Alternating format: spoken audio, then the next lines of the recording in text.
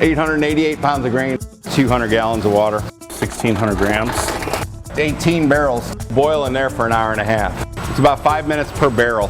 We measure the pH, we measure the amount of sugar produced. It's for my pH reading. I have to record everything. I'm Dave Johnson, Brewmaster, Kirkwood Station Brewing Company. I'm just going to add a little bit of phosphoric acid to our hot liquor tank. What it's going to do is it's going to help bring the pH level down on the sparge. This is the phosphoric acid that we use, about 100 mils of it. I'm Brian Ilg, I'm the Assistant Brewmaster of Kirkwood Station Brewing. We've always brewed since day one. I let Dave and Brian be as creative as possible. They can try new things however many times they want to do it, find their best match, and that's what they do.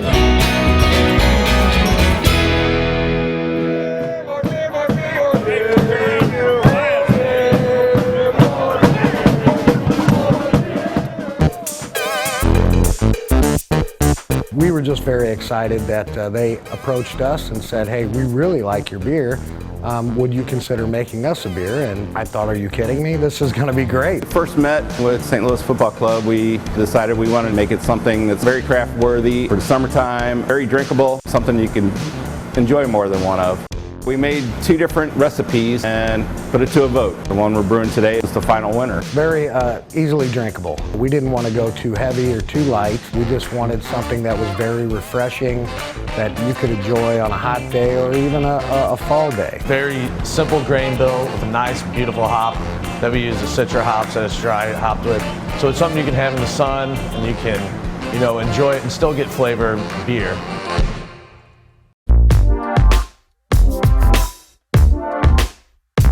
Our grain room. This is how it all actually starts. So we're going to be milling in right now. Just going to pour it in to the mill, grinding up all the grain. And this is going to break it all down. It's going to help make the sugar water. There's all sorts of different types. Like this is a honey grain. It's a really sweet caramely grain. This is all edible too. So this next step is called mashing in. We're going to take all this crushed grain, put it into the mash tun here with hot water. Make sure my water temperature is correct. Shooting for 150 degrees on this.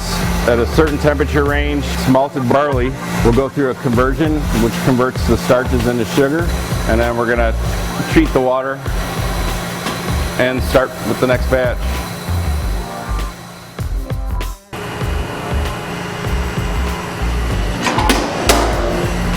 Now we're doing what's called a mash out. We're heating the mash up to about 170 degrees, and right now it's spinning around, getting hot.